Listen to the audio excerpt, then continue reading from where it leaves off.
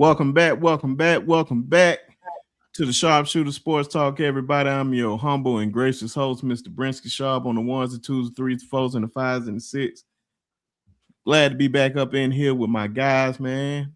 Man, I didn't expect this many people tonight. Surprise appearance by others. I'm not going to say any names, but I think they know who I'm talking about. But yeah, man, make sure you guys hit that like and subscribe button. Please run up the lights, tell a friend and tell a friend we are up in here so they can get some of this great knowledge today. Man, it's awesome, man. And definitely let me introduce the guys, man, before we get right into it. Of course, y'all already know, man, the OG of all OGs, man, our OG, Jackson State's own Mr. Kappa man himself. Y'all already know, show you love. Retired in two sports, work and football. Ladies and gentlemen, and Coach Al. Hey, I love that. Yeah. Glad to be back, fellas. Good to see y'all. Hey, good to see everybody in the chat too, you know. Hey, good to have Coach Al back, man. Gotta put it out there, man. We back in the element, man. Come on. Bro. Warms the heart right there, bro. I will say this too. God is good, man. Oh, yeah, man. That. That ain't even no question about that. Let's say that. And of course, y'all already know, man, Alabama A&M's own former running back, the man with the master plan, getting a lot of compliments on these streets, ladies and gentlemen. And I'm trying to tell you, man, one of the most underrated people on these YouTube channel. Only reason why, because people, when his name get out there more, he gonna realize his impact. Y'all show your love to our good friend and brother, Coach Shawn. Much love to my broskies, man. John with the best background in college football, sports media. B Sharp with the best show in college football, sports media. And the most intellectual offensive killer in the sports media space, man. My brother, Coach Al, my mentor, IOG. Love to him, all my panel, and everybody in the chat to make this show what it is, man. Thank y'all. Oh, yeah, man. And lastly, and certainly not least, everybody, y'all already know Alabama's favorite insider. If y'all know, you know, man. But y'all show your love, man. Rep One's own, man. Hold on, B Sharp. You got to add one more thing. What is that? It's a lot of people out there, and John, don't you say it. Let me say it for you. A lot of people out there taking a lot of credit for these kids, and I ain't gonna say what John and Coach Carl and all them boys over there at Rep One, they've been on these kids way before any of y'all. Thanks. Way before any of y'all. I'm talking about like a year before any of y'all. And that is fact. You better go watch B Sharp's videos and John's video and see what a real mentality is. Shout out to John and all them boys at Rep One, man. And definitely put in that hard work, man. Even though he doesn't want to shine, you still got to acknowledge when people put in the work. Yep. One of the hardest working people in these streets, man. Show y'all love to our brother and friend, Mr. Jonathan Lewis. Appreciate it, fellas. Look, it's all a family thing, man. And no individual gets a credit. You know what I mean? Without Coach Carl, I don't do nothing without Coach. You know what I mean? So it's all a ladder process. But ultimately, I know this isn't a religious show, but without the man above, none of this is possible. I'm just going to throw that too as well. Well, of course, man. Appreciate everybody in the chat. Obviously, Kimberly, Latoya, Bishop, I see he's in here. Steven, I know I don't get on here enough. I know I had to get on here tonight, though. Because I'm not going to lie, I felt like I went in a little hard on Brinsky last time I was on his live stream. So I want to come on here and formally apologize to him. Go, man, I got, I gave a little bit of a strong take. Oh, man, stop it, man. It is all good, man. We just speak the truth. That's why people love it over here, man. Shout out to everybody. Steven, Bishop up in here, Latoya up in here. I know Ephraim said we started late, man. 50 push-ups. I made sure I do my 50, man. I made sure, and I'm not gonna lie about it. Oh man, appreciate everybody up in here. Like I said, let everybody know we up in here. Miss Susan, you up in here. Great to see everybody up in here. Tell a friend to come on over here because we about to get started. And Coach Shawn wanted to start off show because we was talking about the red shirt rule last week, and he didn't want nobody to misconstrue what he was saying. So I want him to just let him have the floor to say what he want to say. Go for it, Coach. Yeah, man. Really quickly. My guys on my job, they watch this show, and we've been having friendly debate all day. And we did a video. Let me preface, because some fans, I knew it was gonna happen, you know what I mean? But and I don't really feel the need to do it, but I want to do it for the people that understand what I was trying to say, bro. When we talked about the red shirt rule, it wasn't nothing to diss Ryan Williams. I only talked about Ryan because he's the most relevant case that I can think of right now. We was talking about whether the red shirt rule is a good thing, is a bad thing, should it go away, should it stay here, based on what's going on in college football right now. And I was saying, my take was, I thought the red shirt rule, in my mind, in my opinion, is a great thing for college football, because a lot of these 5-star kids that you guys see, I know you get wrapped up in the stars and chanting their name in basketball games, and you put a lot of expectations on these kids. And a lot of times these kids are not ready to start in the SEC. I'm not talking about they athletic talent. When I talked about Ryan, I clearly said Ryan athletically could play football in the 8th grade right now. Athleticism is not Ryan Williams' problem. Ryan can catch the ball backwards with one hand behind his back with a damn ice cream cone in his hand and won't even drip no ice cream. He's that athletic. Athleticism has never been his problem, fam. I do not believe Ryan was physically ready to start in the SEC. That's just my opinion. I've seen receivers of his age come into the SEC that were better than Ryan, that struggled just like he did. Don't forget Devontae Smith, the great Devontae Smith, only caught 8 passes his entire freshman season, man. Devontae Smith said, I thought I was ready to play until he saw Calvin Ridley. He knew he wasn't ready to play. When I say ready to play, I'm talking about the full package of being a starter in the SEC, right? I want people to go back and watch what Marlon Humphrey said on that documentary with his family or whatever it was. Marlon said these words. Marlon said, I was a 170-pound hurdler coming out of Hoover. Marlon Humphrey was one of the most technically sound DBs I saw coming out of high school to this day.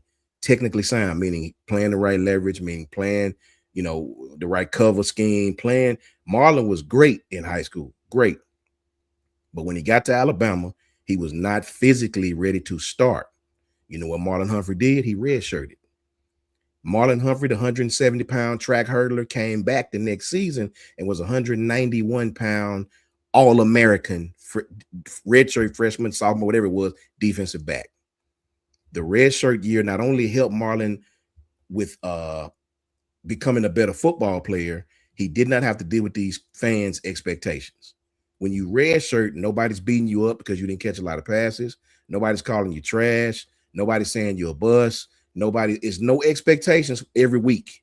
You can actually go to practice without having to worry about the game on Saturday. Marlon got bigger, faster, stronger in the weight room. He understands Saban's scheme.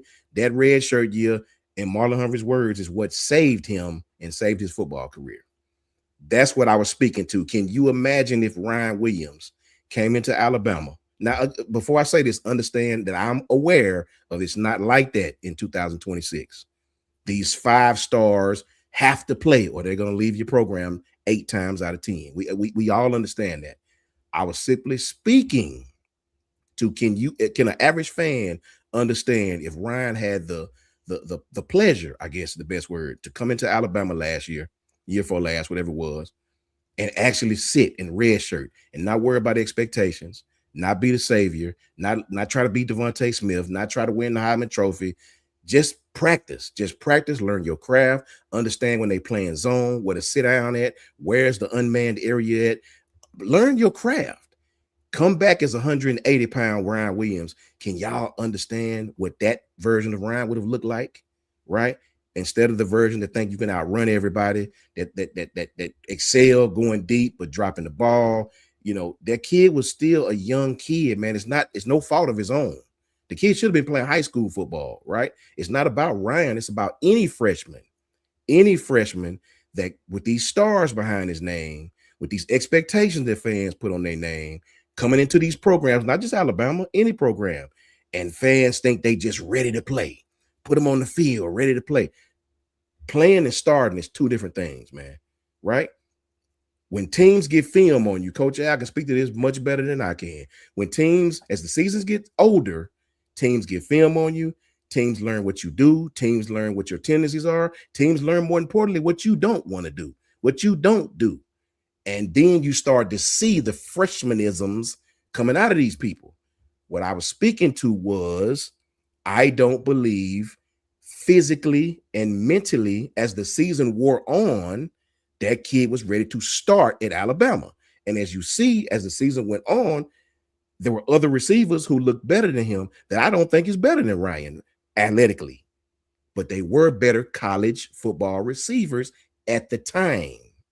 That's all I'm saying. So I'll end by saying I stand by. I believe the red shirt is the greatest thing that ever happened to college football, because every kid with a 5-star behind his name is not ready, no matter what you think, to start at a place like Alabama. Julio Joneses don't grow on trees.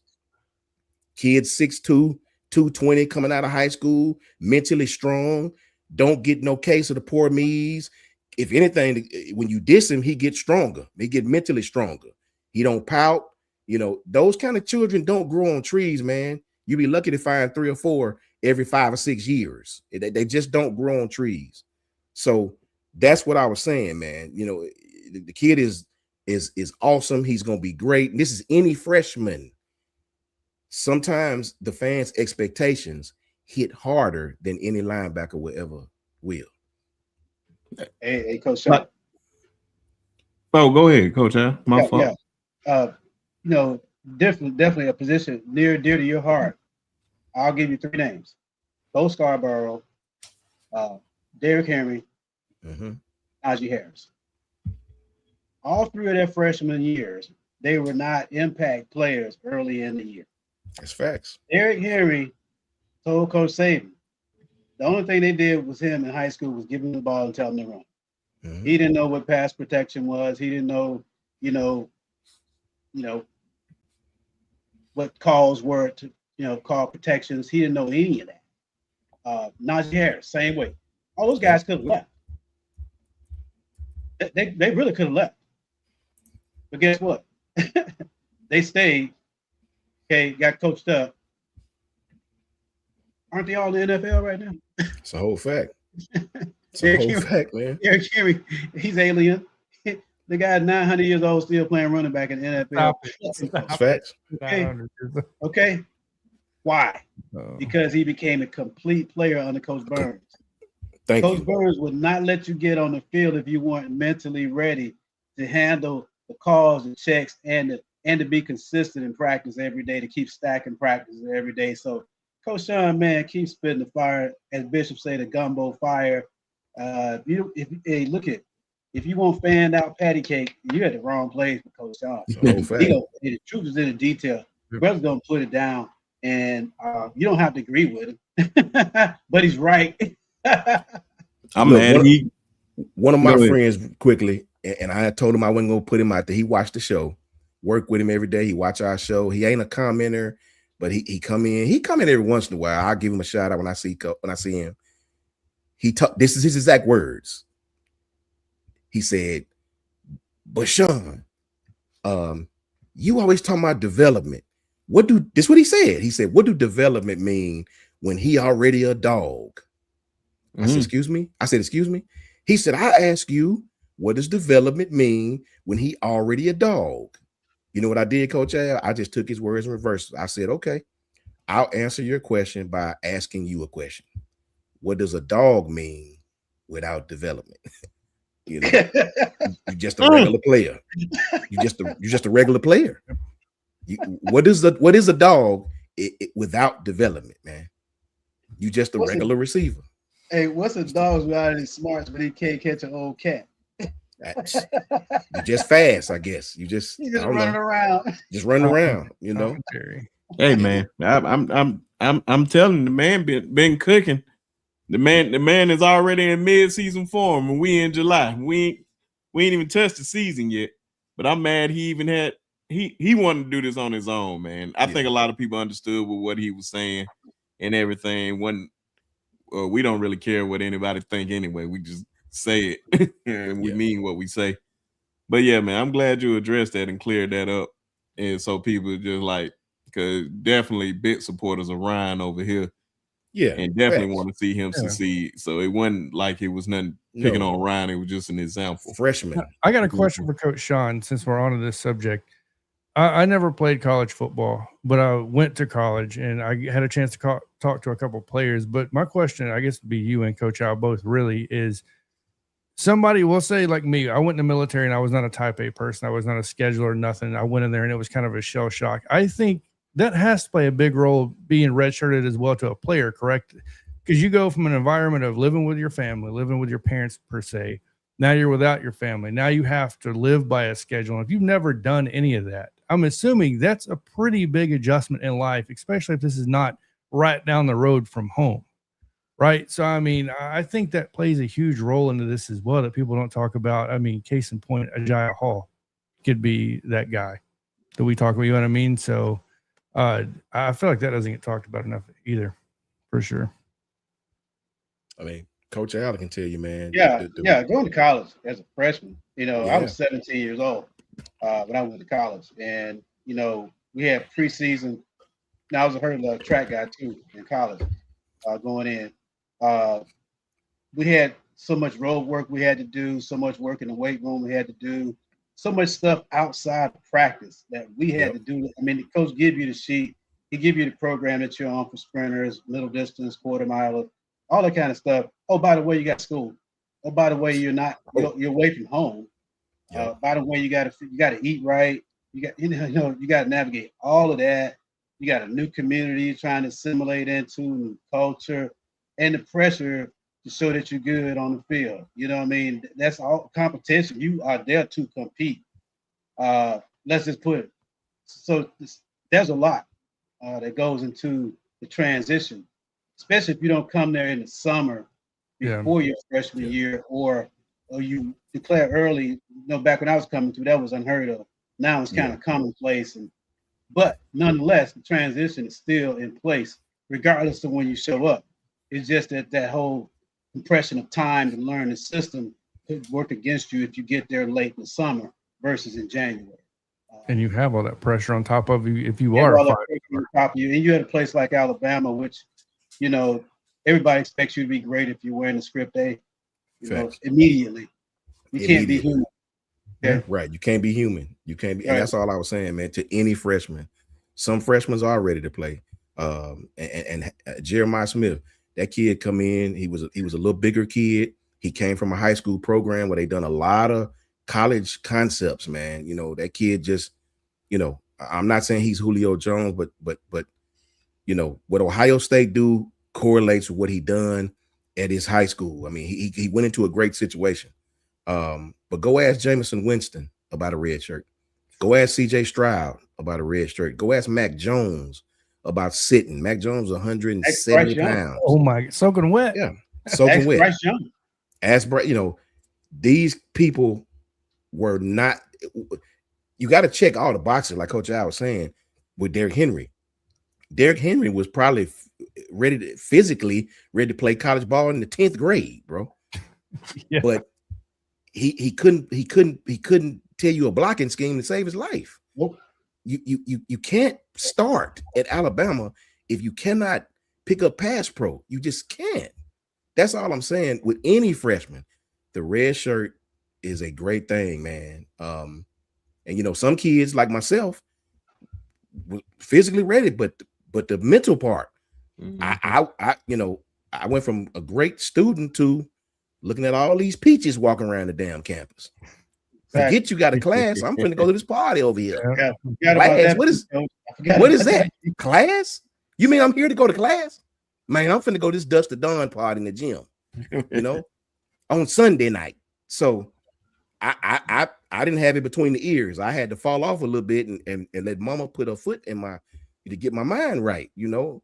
So everybody got their weaknesses, man. And that's all I'm saying. Every freshman is not ready to step in that situation and be a full-time starter at a place like Alabama with expectations, with kids transfer. It's just a lot on these kids today, man.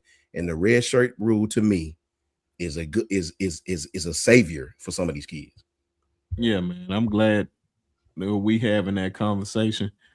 And appreciate everybody coming up in here, because we definitely about to transition over to the one of the first topics of the night. And definitely make sure you guys hit that like and subscribe button, let everybody know that we over here.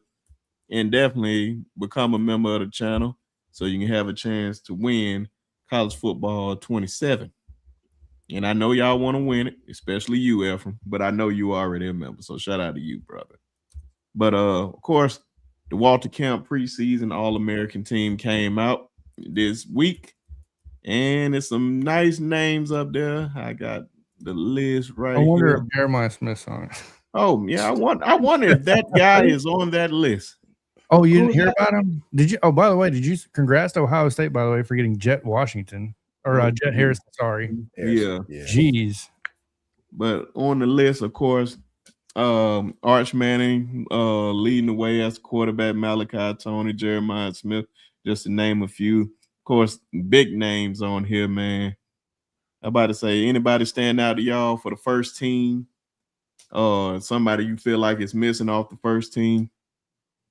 I think they got it right at wide receiver. I know the young man from Texas that we all know, Cam, deserved to be there, but I guess they're trying to let him make his way with his new team. With Malachi Tony and Jeremiah Smith, I don't think you can go wrong with them two guys. Yeah, I can't speak too much on. I'm kind of. I'll be honest with you. I'm not surprised, but I know everybody wants to anoint Arch Manning, but I still wasn't impressed with him last year. And I get it. This is based on what we expect this upcoming. Don't you say that, Jonathan. Be sharp and jump through the screen with you. Hey, man, you seen the Michigan game. He coming, man. I'm telling you. Look, I've been here and he's been coming for the past 2 years. That's cool. Still waiting, but he got that playing time underneath. I guess he gets 2 redshirt years, don't he? Let me say this.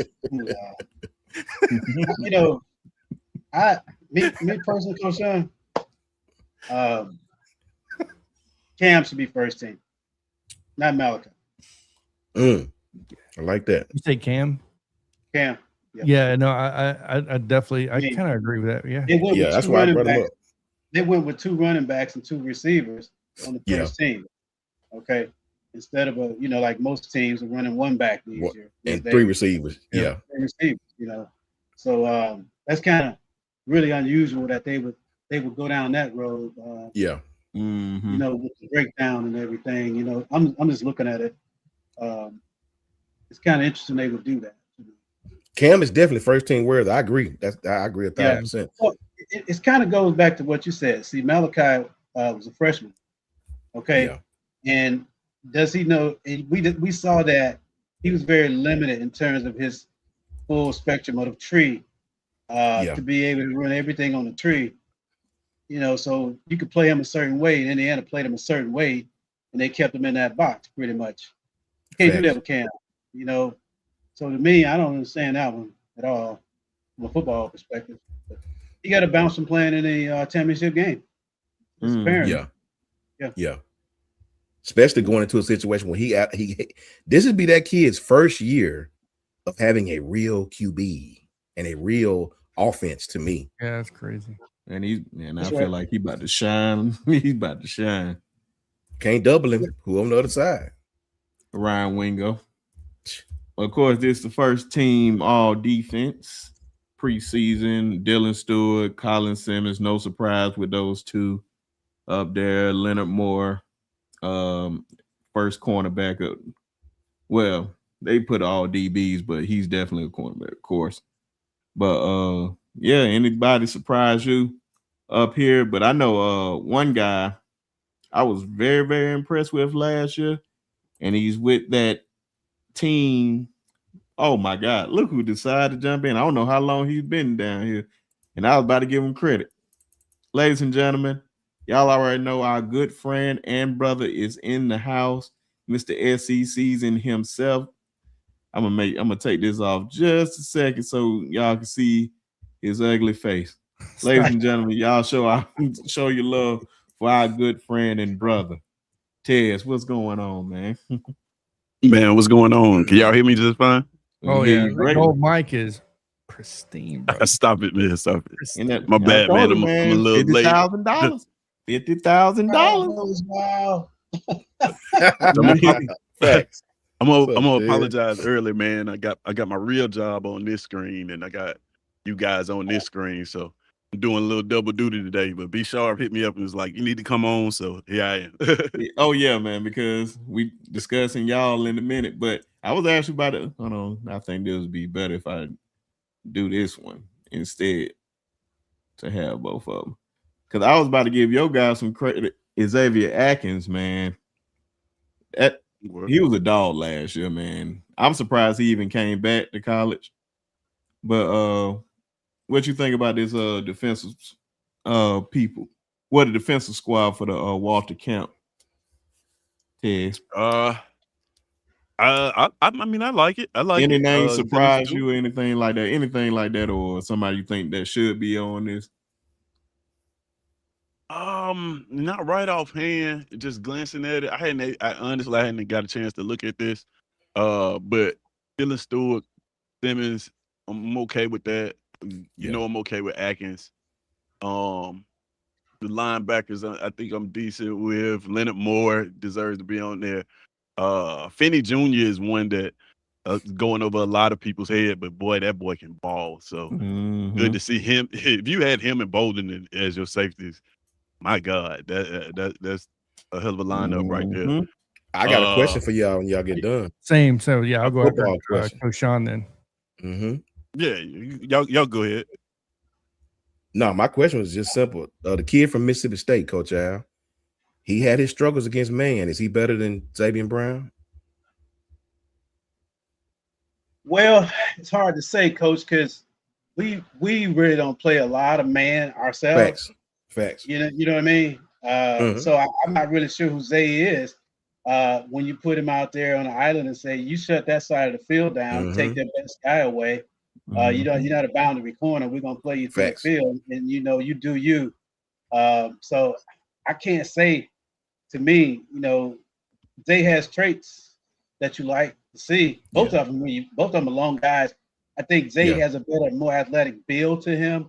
I think that will translate better his rookie year in the NFL. Frankly, we know he has long speed because he took it to the house on that interception return to Tennessee. We know he got that. So I don't know. It'll be a toss up between those two. I would have to see both of them put in the mix extensively against competition, top flight, to say yay or nay. But to me, I think that this is all preseason stuff. And the proof is going to be in the pudding. We strap it up here in a couple months, and then 3 or 4 months behind that, we're going to see if the cream is going to rise to the top. That's a fact. But I'm a little shocked, man. David Stone didn't make first team over Tucker. He's getting the bounce from the championship game. He's got a motor. He's a little undersized, frankly. And he played us in the playoffs. I mean, come on. He's a system guy. Tucker is. Right. Okay. I think what hurt David Stone is he didn't start a game last year. Had he started a game last year, he would definitely be on that. That boy a killer too, man. That guy, he had two monsters in front of him. I thought he was starting. No, David Stone never started. He didn't start not his game. He had two dogs in front of him. So I mean, he's the kind of guy. Stone's the kind of guy that gives you that twitch. He's a gapper, and he can give you a pass rush interior. It gives you all of that twitch. He's a gapper, and he can give you a pass rush interior. It gives you all of that twitch. He's a gapper, and he can give you a pass rush interior. It gives you all of that. Somebody needs to close their YouTube or something. He's a gapper, and he can give you a pass rush interior. It gives you all of that. Somebody needs to close their YouTube. All right. I brought you back in, Coach. I'm about to say you had us in the Matrix for a second. I had no idea what that was. I was like, man, what is going on? I thought Coach Ad was repeating himself. Hey, Yeah, man, right. no. I know I've been out of the game for a while, but that was weird. Yeah, that was crazy. But, Anyway, did y'all do offense already? Or am I just... Oh no, I was going to ask you. That was going to be my question. I wanted. no, to I'm gonna go bring back to up offense real quick. Go All ahead. right. So my question to you, Tez, I know you're not getting a chance to look at the whole list right away, but I said I think there's an argument that Arch Manning shouldn't be on there, which is why now I ask you to pull up what I was talking about, Brinsky. No, you said pull it up now. Yeah, Dante Moore is not even second team. boom. Wow. He's not even second team, but yet he performed better in every important stat across the board against good competition, by the way. I get it. He faltered in some big games, just like Arch did, by the way. His last name is Moore. Exactly. Really simple. He's not even second team. Well, you know they just projected, man.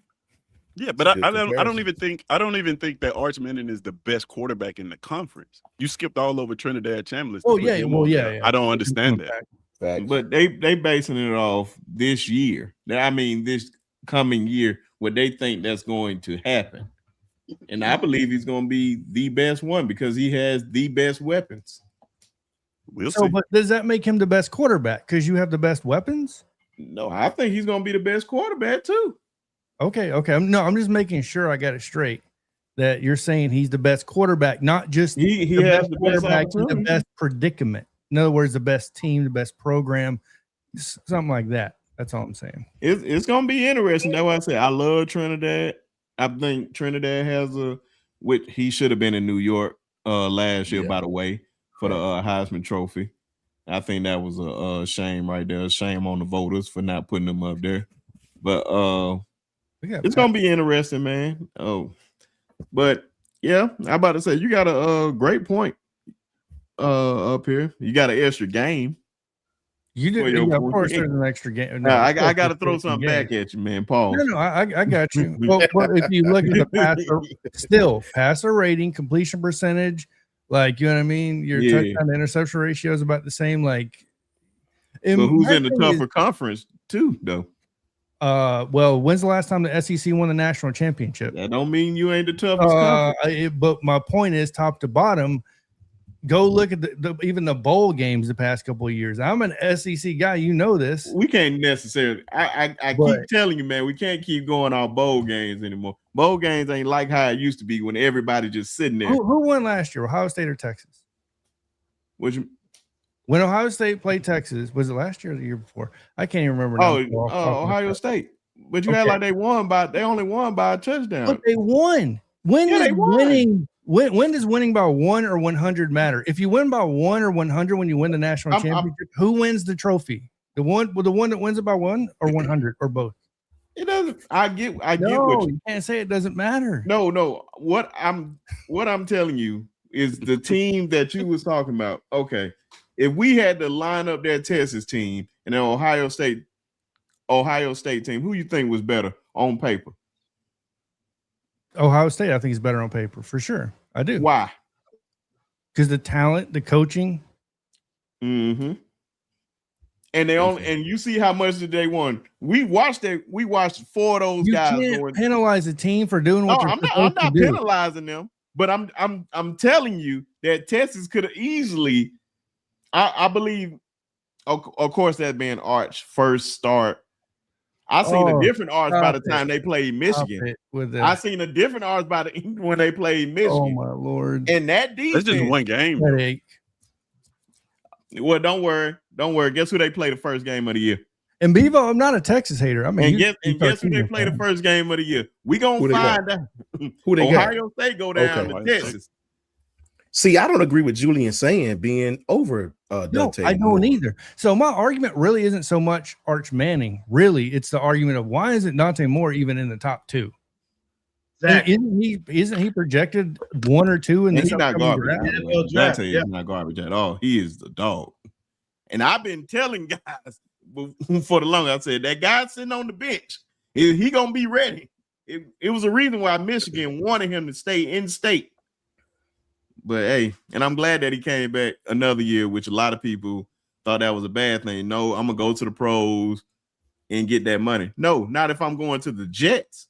I promise you, I'm coming back every time too. You're so right. Hey, bro, I'm going down that hill right there. If I got to go to the Jets, yeah, I'm coming back every time. It worked out for Andrew Luck. It worked out for others in the past. It worked out for Peyton Manning. He would have been on the Jets if he came out. Newsflash, the Jets ain't gonna be no better this year. Now, since you said that, Brinsky, I and this is not against you. What I want to say is, I'll put up the other team while you're doing that. Yeah, you're good. Is there maybe an up and coming time where we're going to see what Eli did happen again? In other words, refuse to go to a team. I don't think so. You don't think so? No who you got to understand. You got to have clout to do that. That's what I'm saying. Arch Manning has probably more clout than since Andrew Luck probably right? So. I didn't think about Arch. Yeah, your name got to be Manning or something like that. Yeah, I agree 100%. Like so could we possibly see a point in time to where, it's the Jets or whoever it is, and he's like, I'm good. Could we possibly see that? Yeah, it all depends. I'm about to say he's not in no rush to go to the draft anyway. I knew he wasn't going, even if he played great last year, because what his grandfather said. Because it's just like, what is the rush? Well, we got money, not the flex, but we got money. There's no rush. They definitely not struggling. I promise you. And they know the NFL. They know what teams not to go. The coaches, they know not to. They know, Well, this second team on here, of course, I'm glad you pointed that out too, John, because I would have definitely put Dante Moore no lower than the second team, if not the first team. Yeah. But Julian Samuel's no slouch either. Of course, you got Cam Coleman up there, Auburn's favorite. Anybody else stand out? Yeah. I want Coach Al take on this, and Tiz and John and you. I'm just asking, is Jordan Seaton really like that, Coach? I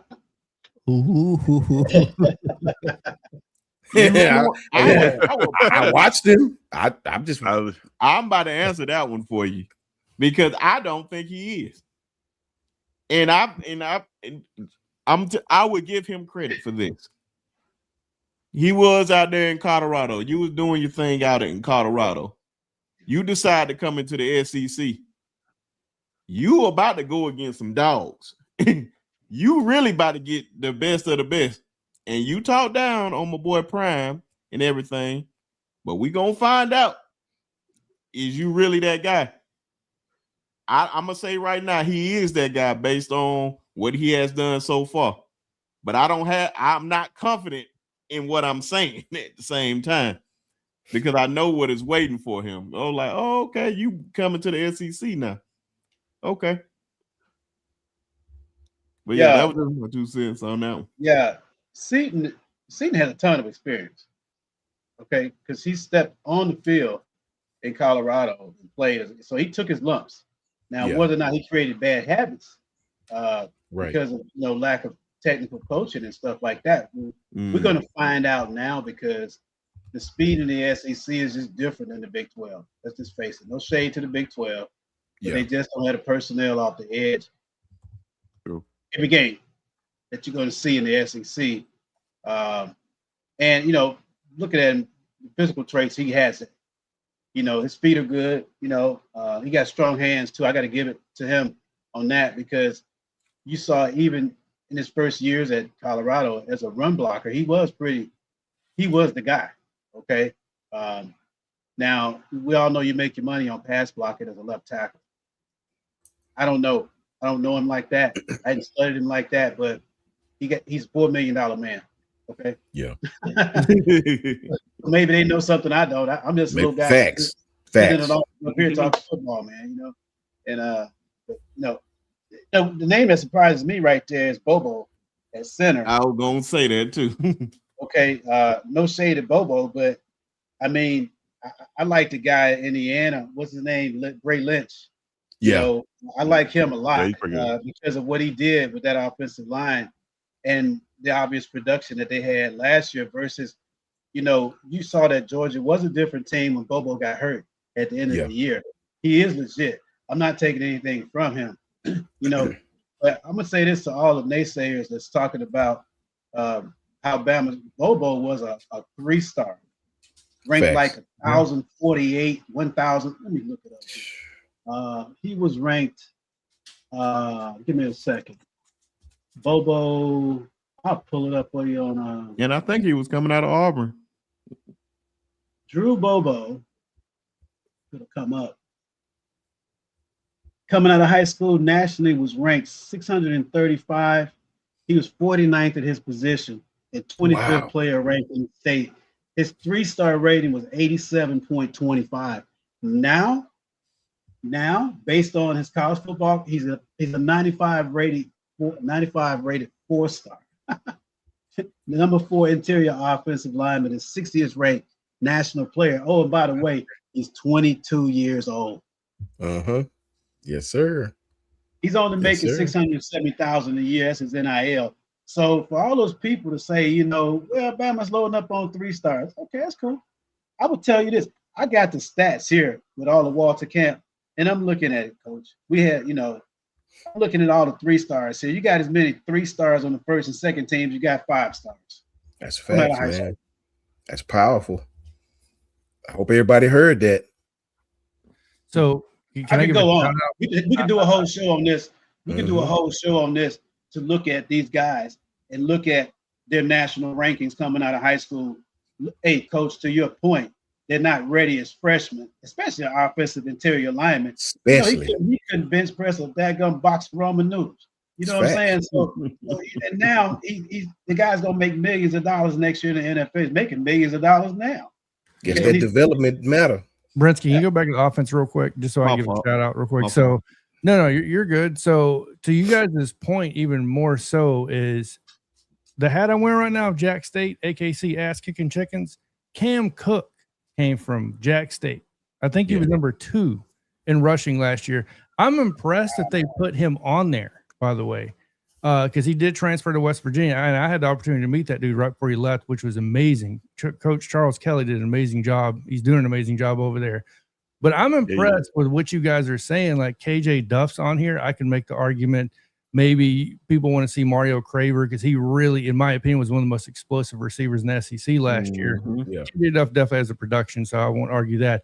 But seeing Cam Cook on here, seeing Bobo on here, it's really showing me they're looking more than just being a 4 or 5 or even a high Division I program. These guys are coming from Jack States and places like that and working their way up. And you can start at a JUCO. You can start wherever, Division II, and get the recognition. It's there. Where I would ask, where's Ja'Carrius Peak at? I think he's better than some of these kids. Kid transfer, he got a 1st-round grade. Kid from South Carolina. Yep. I mean, Ja'Carrius Peak, man. Why he not on here? I mean, he on one of these lists. Is he on one for college football rating? Okay. So you'll see him on one of those. Spoiler to everybody. Can I ask y'all a question? Please. Going back to Jordan Seaton for a second. Had he stayed at Colorado, you think he'd be on this list? Second team? Good question. I believe he will. That's a good question, Tess. Ooh, that's a tough one. I think he's getting a lot of credit from just going to LSU and following line. That's a great question, man. That was a big acquisition when he announced that he was going to LSU. It sent shockwaves. That was a lot of money involved, right? Let's back it up a little bit. It was a shocker that he went to Colorado out of high school. Yeah. True. Okay, so he was expected to be that guy anyway coming out of high school. It was a shocker that he went out there to prime. Anyway, so maybe it's just coming back. People were saying, "Hey, your projection would have been, if you played 4 years, your projection would be 2nd-round pick, low 1st-round pick. You got all the traits: long arms, big hands, good feet, good base, not skinny legs. You don't look like Wilkin Formby. I'm sorry. He looks like that guy." That's right. And lastly, before we move on, the second team all defense. Who is Ellis Robinson? I believe is going to have a great year. Of course, Alabama's only player on here, Bray Hubbard on here, David Stone, second team. Hardy from Indiana. I like Hardy a lot. Can I tell Coach Al something real quick, be sure while you going down there? Please do. Coach Al, look at the football pants these kids wear now. Stop it. those are pants. Coach Al. Those are walkthrough pants, Coach. That's what I was just gonna say. They look like shells, Coach Al. Yeah, right, exactly. Yeah. What's up, Coach Carl? Much love, Coach Carl, man. Coach Carl up in this thing. Shout out to my boy. Hardy coming out of high school was not ranked. That's crazy. I didn't know that. Elijah Hardy was not ranked. Well, he ranked now. Wow, that's crazy. His NIL is only $493,000. How much? $493,000. Ooh, man, that's life-changing money. But he was not ranked. Now he's in the second team. Wow, man. Use it correctly. Oh, by the way, he's a junior. That means he's not 18. Coach Al, I guess development matters. I guess it do. Hey, Coach Al, what's development if he's a dog? What's development? He's a dog, Coach. You're right. He's a dog coming out. Yeah. Hey, man, I'm gonna clip that. By the way, I'm gonna clip that. So y'all see that tomorrow. Should put that on a t-shirt. Oh yeah, please. Hey, if matter of fact, put that on a t-shirt. You heard it, Ted. Put it on a t-shirt on a Tuesday. But yeah, man. Appreciate Kim up here, of course, being a member for 7 months. Very loyal person, definitely always up here. Said you got an awesome panel, B Sharp, Roll Tide. Appreciate you, Kim, and always supporting the channel and always supporting us, man. Definitely appreciate every last one of y'all. Always showing up, especially when it's football season. Because I know when football season pick up, we see just 50 some odd people on here now. This thing gonna pick up 130, especially after the game. Y'all already know after the games, nothing changed. Post-game show, instant reactions. Hopefully we can have a lot more happy ones. Hopefully, because some of them was pretty intense. I ain't gonna lie. Especially that first one, Florida State one. Oh, that's tough. Intense. Like, man, I'm like, dog, I don't even want to get on here for real. But hey, you gotta do what you gotta do. And everybody, before we move on to the next thing, trying to get to 2,000 subs before July 17th, which is my birthday. I don't know where we currently at right now. I know somebody can put it in the chat for me. I think it is 1,857 the last time I checked. If y'all can get a brother to 2,000, man, I may. Matter of fact, I will. But it'll be on a later date. Do another giveaway of some sort. And I'll let it be y'all choosing. So tell a friend, come over here and subscribe. Show you love. I'll do the giveaway for you. So 2,000, I'll give something away for Brinsky. We'll do that. There we go, man. How many of us have those friends? Nice. But matter of fact, since Coach Shawn said something about it, man, I might well bring this up. Of course, one of the other giveaways that I'm doing is college football 27, man. So definitely, if you guys become a member, you can get college football 27. And of course, if you got the MVP, I forgot what it's called. Ted's probably remember the MVP package or whatnot. Is what it is. I don't know, man. You get the early release or whatever. Yeah. But we about to go through these ratings or whatnot. Oh my God, why did it come up like that? I don't know. But hold on, my fault. Jesus Christ. There we go. While you're doing that, Risky, on that second team offense, Tennessee has an interior offensive lineman, not ranked coming out of high school. Oh yeah, and it was another guy. Shout out to Dorillis. Where Dorillis at? I think he's probably on the there you go. Dorillis Clark. One of the fastest kids in America, straight out of JUCO, boy. Shout out to my boy Phil. Phil came across the realest too over there in the JUCO. But offensive tackles.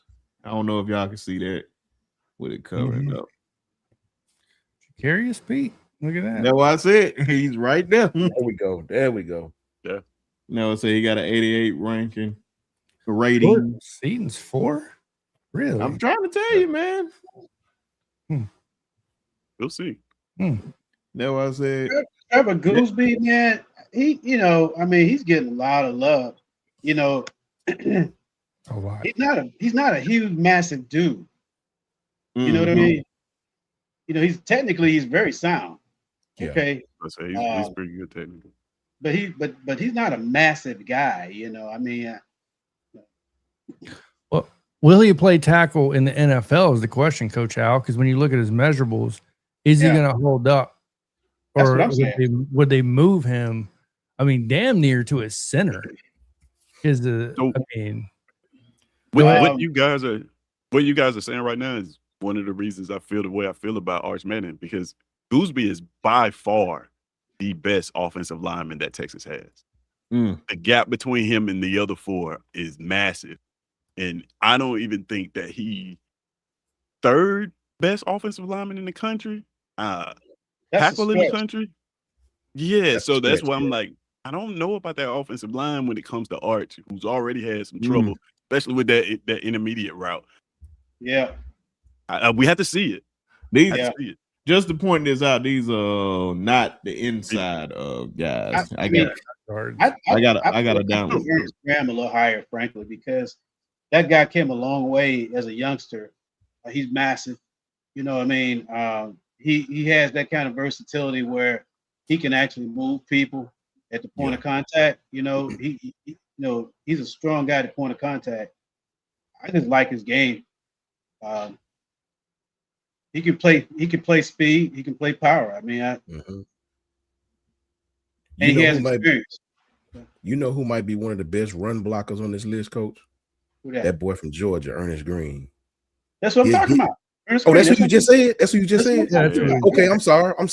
Yeah. He'll get you. Get you up out of there. That's facts. He'll get you up out of there. He'll get you up out of there. He moved people. Yeah. A lot of people were down on Caden Green when he left Oklahoma. I know that, and went to Missouri, but I think he's really, really came into his own when he got to Missouri, to be honest with you. Because when he was in Oklahoma, man, they torched him when he left. Which one is this one? This is the wide receivers. Of course, no surprise. The only 99 in the game, which I have no problems with, Jeremiah Smith being at 99. Definitely lives up to expectation. And if he comes out in this year's draft, he's definitely going to be a top 3 pick. If not, we need to go get him. Oh, no, they the same, 92. Okay. Go ahead, sorry. My fault. I don't know why. I didn't realize how bad this list was. I'm just looking at it now. Okay. Mario Craver is a 91. He's at 7. Yeah. And Amari Thomas is 90. And he's a hell of a receiver. I think he would be ranked higher if he was on another team than me personally. KJ Duff, man, he can play, man. KJ Duff's serious. He's a beast. I think Mario Craver too he's like I said, I think he's better than what's led. I get it. He almost reached 1,000 yards. He didn't get there, but I think this year could be his year. No, I said Deuce Robinson being at 4. I don't know. That's kind of surprising to me. I know the type of talent he was coming out of high school. He did a couple of things at Florida State last year. Still got to see more or whatnot. But, yeah, I probably would have made Mario Craver a little higher than him, to be honest. But, okay, I got the offensive line. Cornerbacks. No surprise who's number 1. Little Moore is definitely definitely no surprise. Xavier Brown at 92. And look, speak on this, B Sharp. Coach Al, appreciate this. Tez, John. I like the way Notre Dame. I got into an argument on Twitter with somebody for this. I like the way Notre Dame use him, man. That boy can play any coverage. He good. He's sound. He ain't scared to come up and bite you. You know what I mean? I like that little more. He been like that since his freshman year. Been like that his freshman year, starting day one. He been like that. And of course, I think that's number 6. My little cousin, Jamari Sharp, got the game-winning interception in the national championship game. No relation. A lot of Indiana kids on these lists. They get the bounce. They definitely get the bounce. Facts. Yeah. Anybody y'all like the most on here, or somebody missing? You feel like missing? I feel like at the end of the year, like I said, man, I'm just a big old Dejoun Lee fan. I do agree with Trojan Fight. I think Jontaze Williams is getting the benefit of the doubt coming off an ACL injury. He's a little high. I'm one of those. Look, I'm not Clinton Dick saying I just only need to see production over potential, but the two's got to coincide at some point in time. So, eventually, you got to put it on the field. Yeah, you're right about that. I just looking at this list, I do. If it's one person that's missing, he's at Ole Miss now. Was at Auburn last year. I was just about to say him too. Was locked down for that DJ Durkin defense, and I think he'll probably do the same thing down at Ole Miss now, man. Technically sound, big kid, will come up and like Coach Shawn said, will come up and bite you. Yeah. Did you say? He'll probably get some more bounce at Ole Miss because they're going to be higher ranked. You know. Yeah. Auburn was kind of not. They didn't have a really successful season last year, so kind of got lost in the. We had a bad season. It's like Xavier, man. You can say it. You know, like Xavier. Xavier probably would have got a lot more juice, man. You know, coming into this year, even though he's getting his love, you know. But well, shout out to Bishop, man, because he just we need to be with Bishop. That's what I'm saying, man. Made me hungry. Got the baked beans, the black eyed peas, collard greens, fried green tomatoes, the barbecue, country rib, spaghetti. Now you've had barbecue spaghetti, right? Where you smoke it. Have you had that before? Oh yeah. That is on. Okay. Ooh, I'm assuming he's talking about that. Yeah. Yeah, I hope that's what he's talking about. Ribeye steak, barbecue beef. What he does, I'm assuming. What I do is I put brisket on top of my spaghetti after it's all done. I put brisket on top of mine after it's smoked. God, no, man. I ain't gonna lie. If you had all that at my house, you'll have enough spaghetti. Everybody has spaghetti left to take home. All the rest of it be gone. It'll be enough spaghetti left. Hey, Trevor Pernell, if you in the chat, I've seen Trevor Pernell. That new restaurant we got, Chop House. Try their barbecue spaghetti off the chain. Chop House. Chop House, cool. Yeah. All right. Off the chain. Edge rushers. No surprise here. I'm actually kind of surprised. Dylan Stewart being a 93 should be higher. Why did I think Colin Simmons went to the pros, B-Sharp? I thought that boy was gone. No, he was a sophomore last year. Yeah. Man. He gone this year. Bevo. I know Bevo in here. Bevo. That boy Colin Simmons the man. He the man, bro. Easy peasy. Duncanville's own Colin Simmons. Dylan Stewart gonna be one of those guys coming off. I think he had a few injuries last year, but when he is healthy, monster. I think DJ's brother Mateo is gonna absolutely kill it this year. They've kind of shown a glimpse of how they're using him. That dude is a freak athlete. I don't know if you guys have watched much film on him, but my goodness, man. Athletic. Tatum Tuati was a 3-star coming out of high school. Man. 3-star? A 3-star. Go to Rivals and look it up. I got it pulled up right here. Before the show, we was talking he's Walter Camp All-American. I looked him up. He's 3-star. Jesus Christ! Come on, man! God, vanilla and I had a 45. They got vanilla Kool-Aid? That don't even sound. I never had that before. I'm about to say, anybody ever heard vanilla Kool-Aid? If you say they got vanilla Kool-Aid, Bishop, I'm going to look for it tomorrow. Anybody in the chat have y'all ever tried vanilla Kool-Aid? I never have. Clearly nobody's up here. You never had either, Coach Al? I had not vanilla. Vanilla, yeah. I never even heard of that. Kool-Aid maker. Okay. Fact. Expert Kool-Aid maker. Facts, bro. Hey, John, I had a 40-minute meeting with my nutritionist today, and none of this was on the list. Oh, I bet none of it's gonna be on the list for sure. Lean brisket be about the only thing you're gonna be able to eat, and that's even. I'm having a guilt complex over here now. Looking it up. Safety's on the list. Of course, KJ being the highest, no surprise on that end. Followed by Bray. I see we got Keon Sabb at 90. I'm about to say, man. Yeah. I don't like Keon. I'll be honest with you, as an Alabama fan, I don't like Keon even being on this list. Well, man, we was just talking about that, John, because a lot of the Bama fans are not giving Keon a lot of love, but yet and still he shows up on this list for some reason. Flat-footed, gets caught looking in the backfield, got smoked a couple times last year with Damani. Okay, but there's that D word again. I'm not talking about damn it. I mean,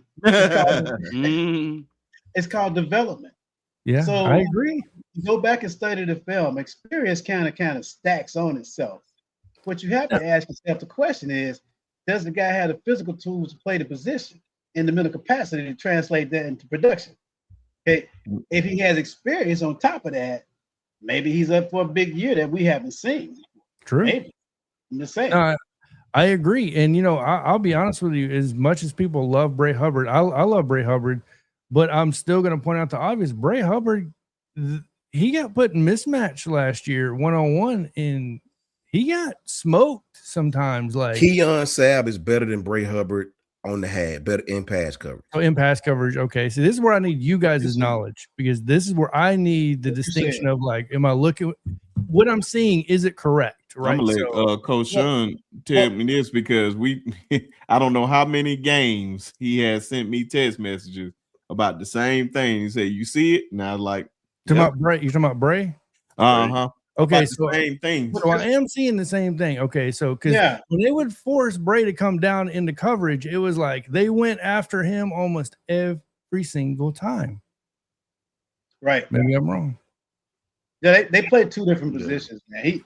Because most of the time we'll rotate Keon over to a single high, and we do that quarters things.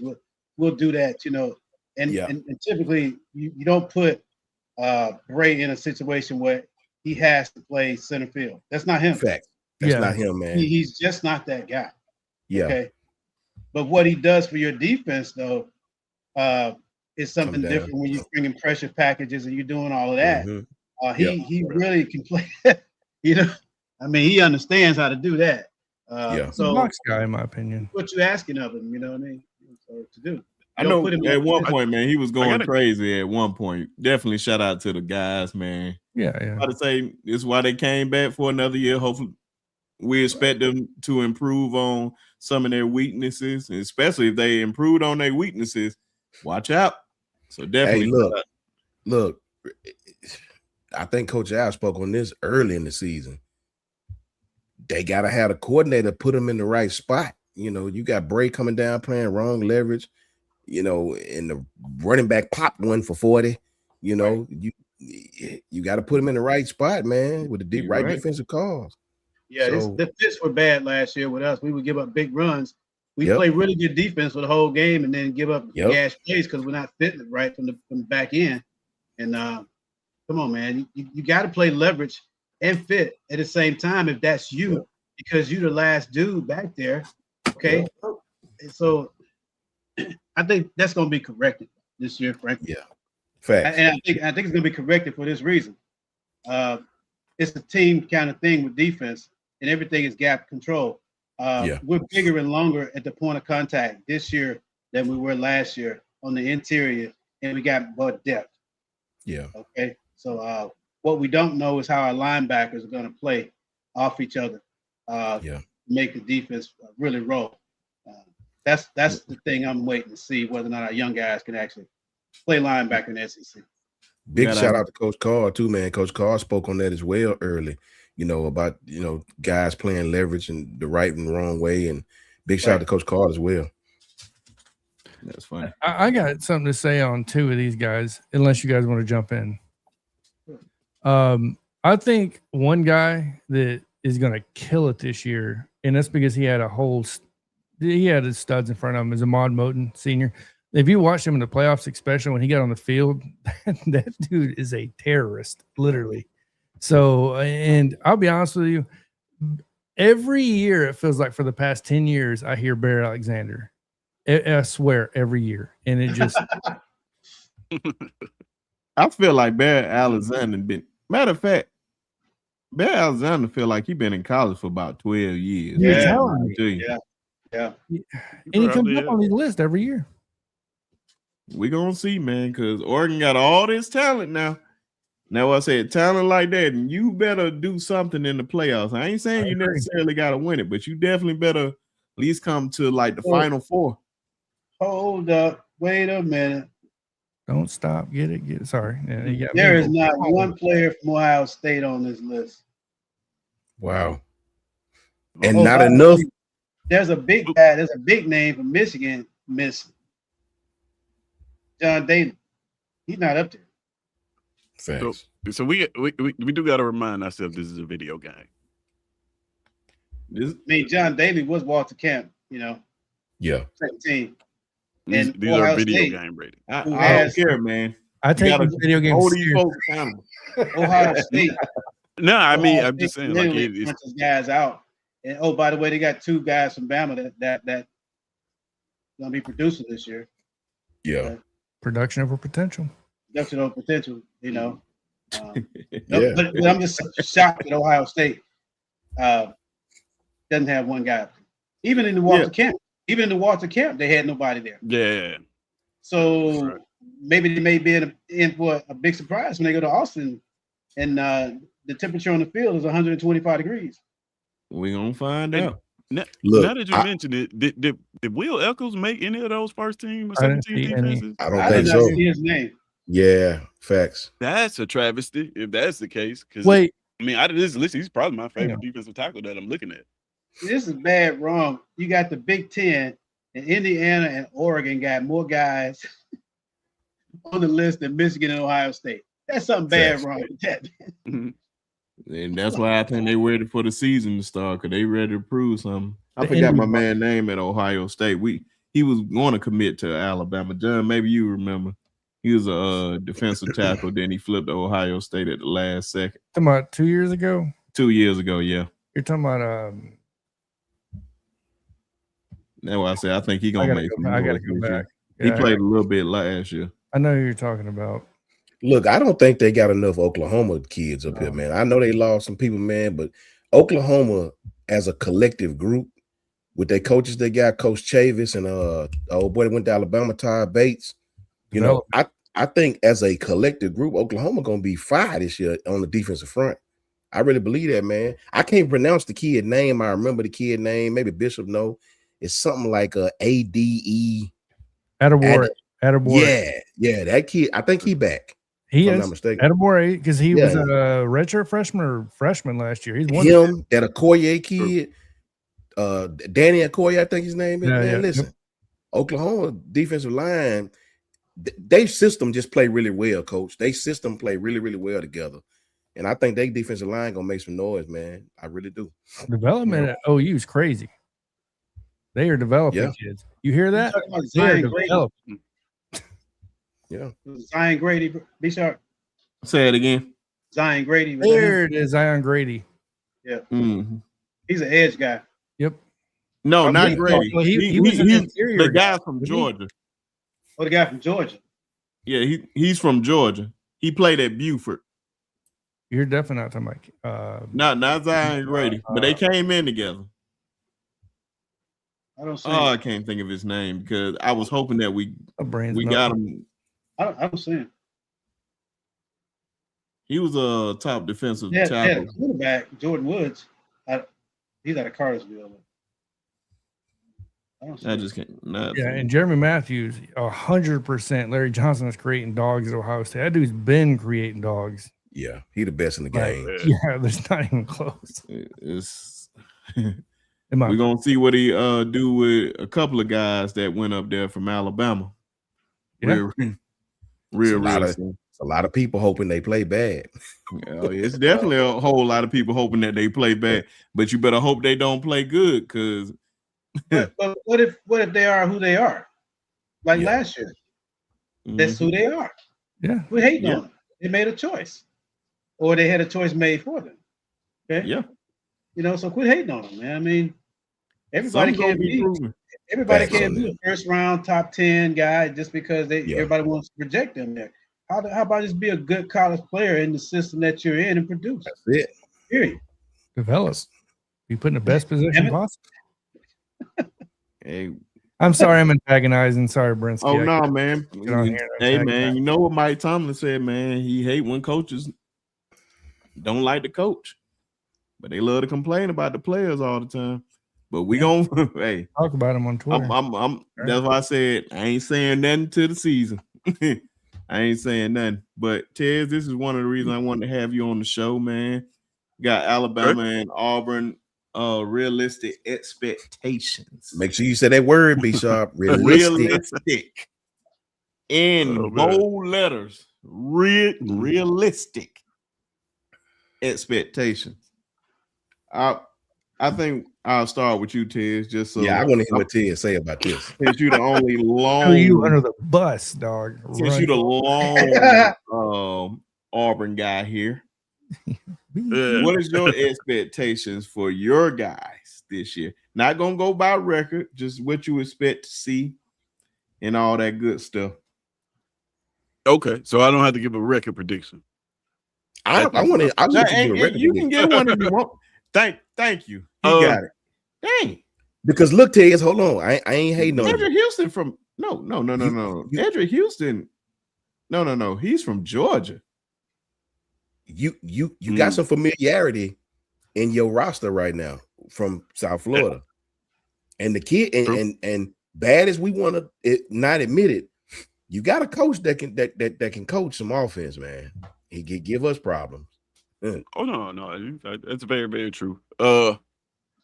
Realistic expectations. All right, so I'm gonna say with the defense that I think last year we put up 5 games in the win total. With what I thought was an excellent defense. A lot of that defense returns. You got continuity on that side of the football. They added some pieces there. I think that defense is worth 5 games. Now, offensively, it's yet to be seen in this conference, right? We got a lot, like you said, you got a lot of guys from USF. You got a coach coming in who, you watch Tennessee football. That's what you're gonna see from us on offense. Yeah. Same type of system. Got Byron Brown at quarterback.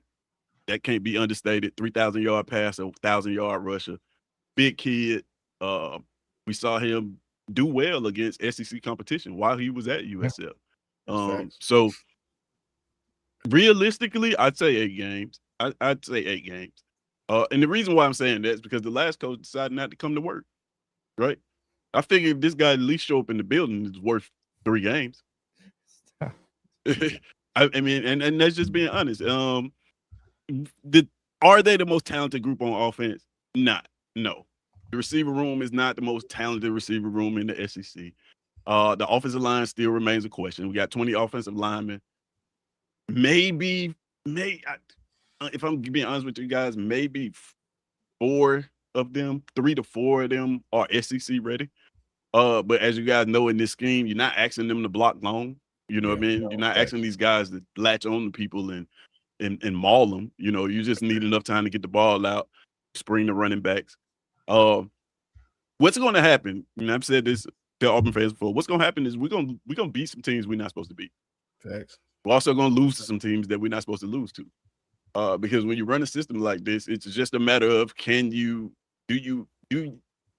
scheme it up to stop it or not? Some teams is going to catch off guard. Some teams it's not. So that's why I'm landed at about 8 games. If I'm realistic with it, about 8 games. Now the ceiling for this team is college football playoff. I think, if this offense can light it up, you're talking about 9 to 10 games that I can see on the schedule that they can win. The first 4 games are really important for us. Baylor, Southern Miss, Vanderbilt, and Florida. If we make it through that, unscathed those first 4 games, then the rest of the back of the half of that schedule, we could actually probably do some damage. But I'm saying 8 games, man. And that's just more so on the defense. What's yet to be seen, how does this defense perform when your offense is running 95 plays a game? We don't know, right? We did see DJ Durkin in a stint at Texas A&M where they did run that up-tempo offense. He was successful there. So, and he plays a lot of guys on defense, right? I think he played game 1 last year. We played 28 different people on defense. So that's going to help when it comes to stamina, staying on the field.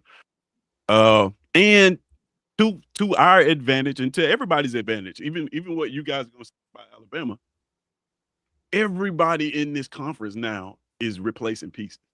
It's almost like a brand new conference. That's why this year is so intriguing. You got new staffs, new players everywhere, all the way across the board. You know, you get Kentucky bringing in the number 2 transfer portal class in the conference, right?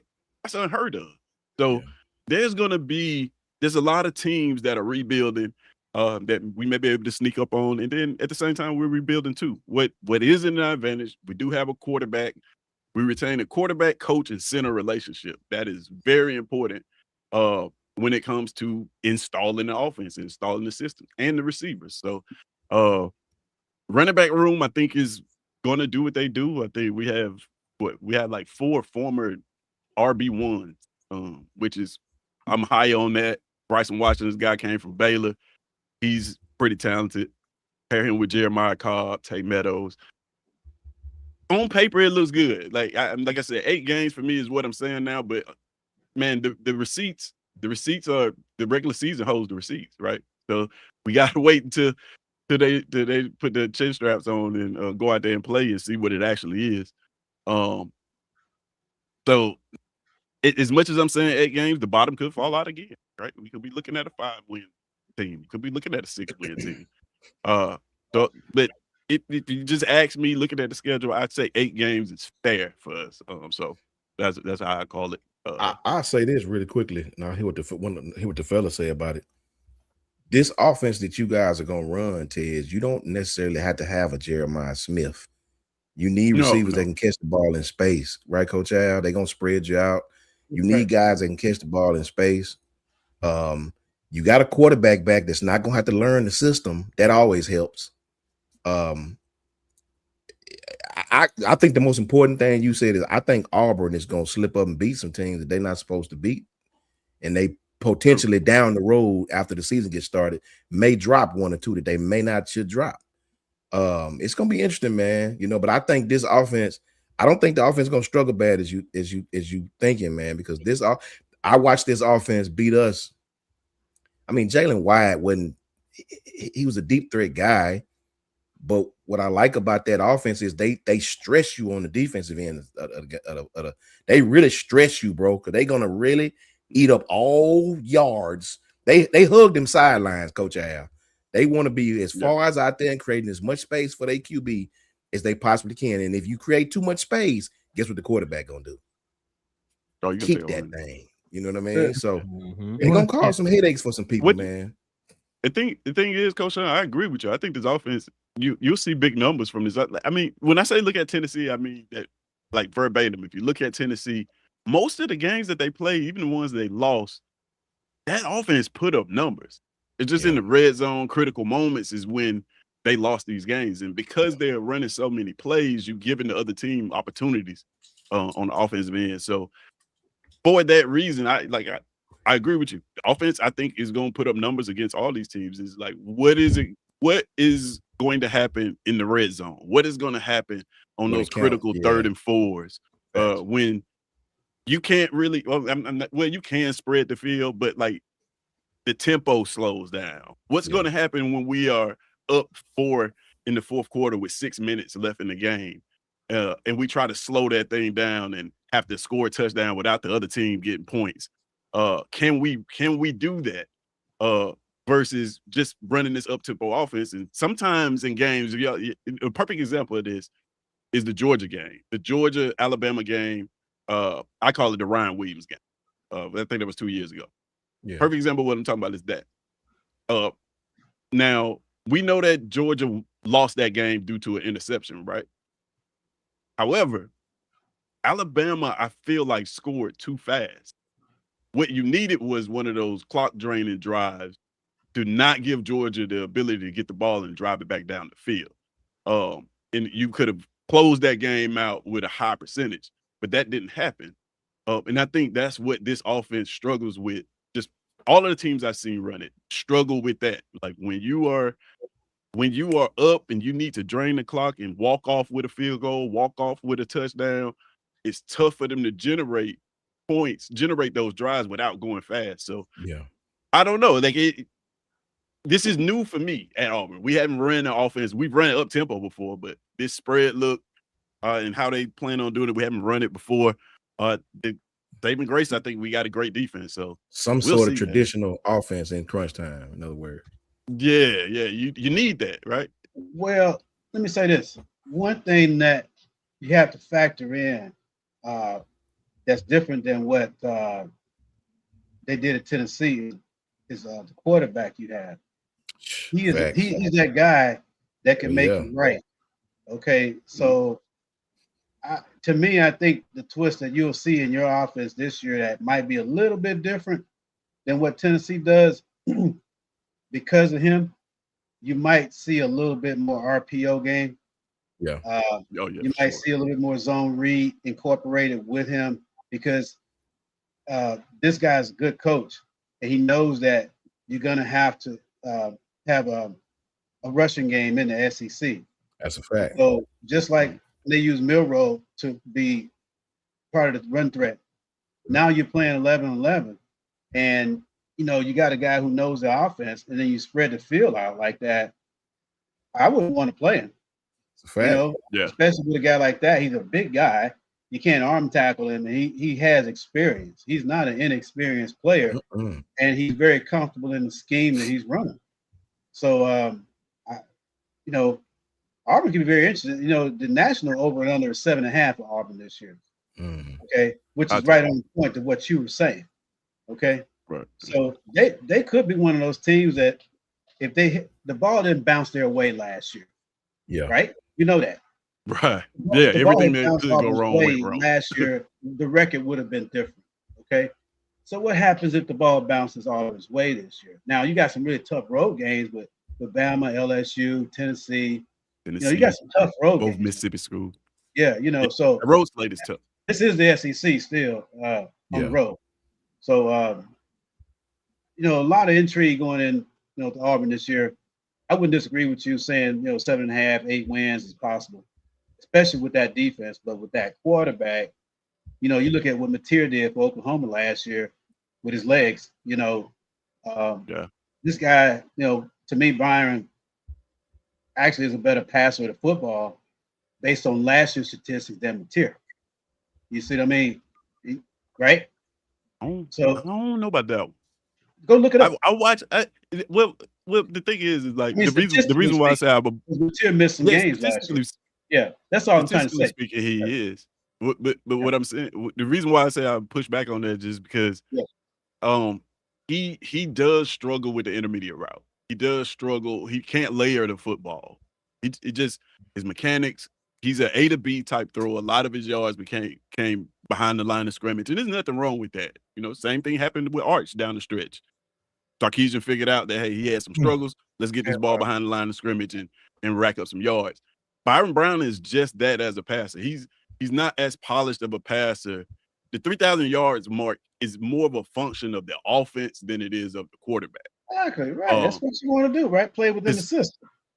Yeah, right? Because I watched that Miami game, and he had Chaz Nimrod wide open several times across the middle of the field. And had he hit 22 or 3 more of those passes, they would have beat Miami. I'm still going to say that was last year. If he's studying the film and he's putting in the work, man, in the lab, can the guy improve? I'm hoping he can. I mean, look, then if he can't improve, he should be playing D1 quarterback in the SEC.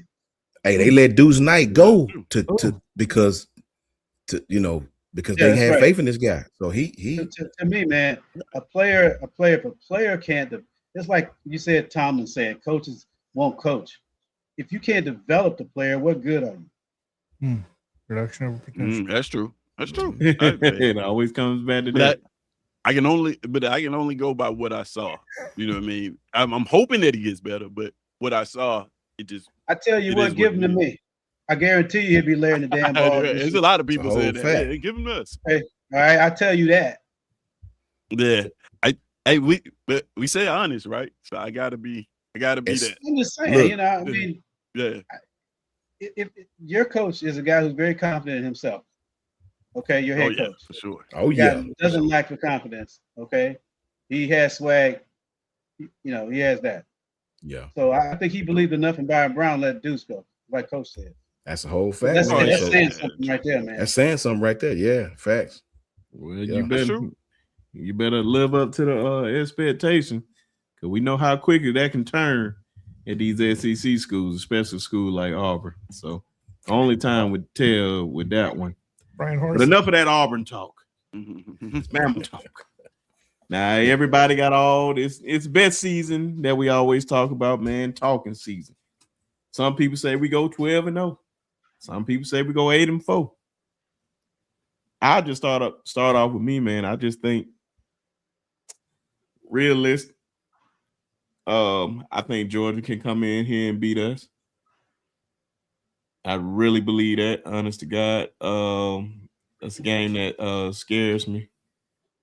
And I'm trying to remember, in the LSU game is a tricky one too this year, because we're going down to Baton Rouge. Yeah. Those are the two games. And I think we go to Tennessee this year, don't we? We go to Tennessee. We got Texas A&M too. At home. Yeah, that's a whole fact. I just took the words right out of my mouth. That's a fact. We got a tough schedule. Yeah, man.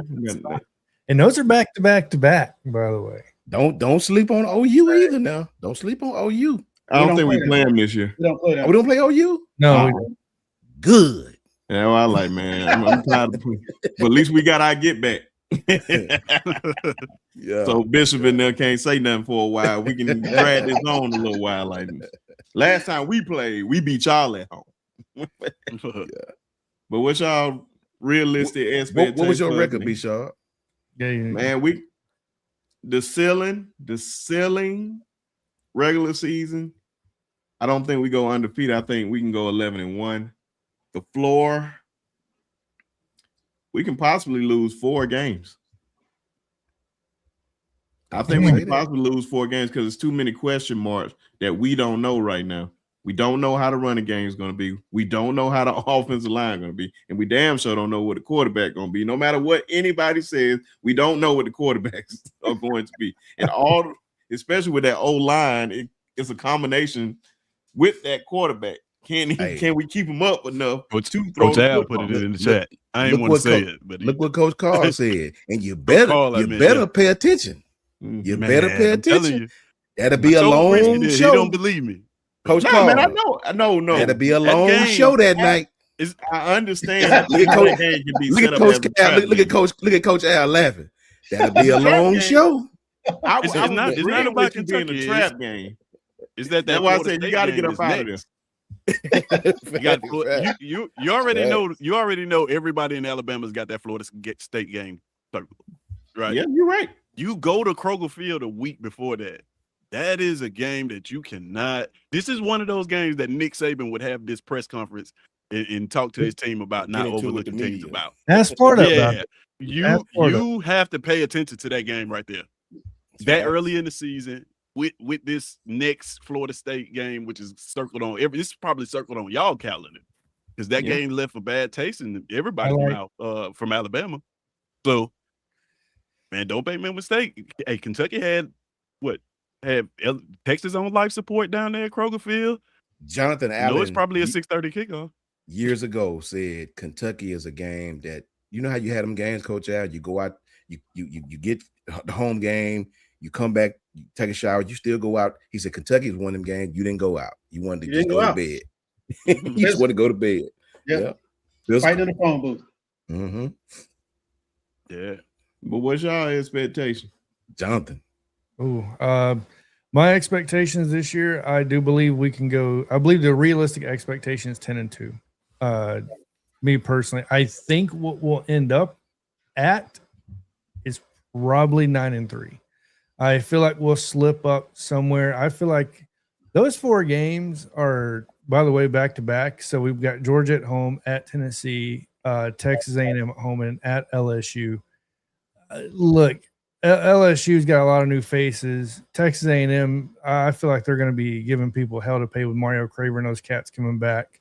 Tennessee, and Georgia, obviously Georgia being Georgia. But like you said, look, it's funny that you said that because Kentucky, what was it, 31 in a row Florida had their number? And then was it last year or the year before that ended and all hell broke loose and they broke all type of records that year for people. So, and that tends to happen when people's jobs are on the line, specifically head coaches. And yeah, with it being the week prior to Florida, like, I got Florida State circled. I got it highlighted. I got it blown up in big print. That's all I'm going to say.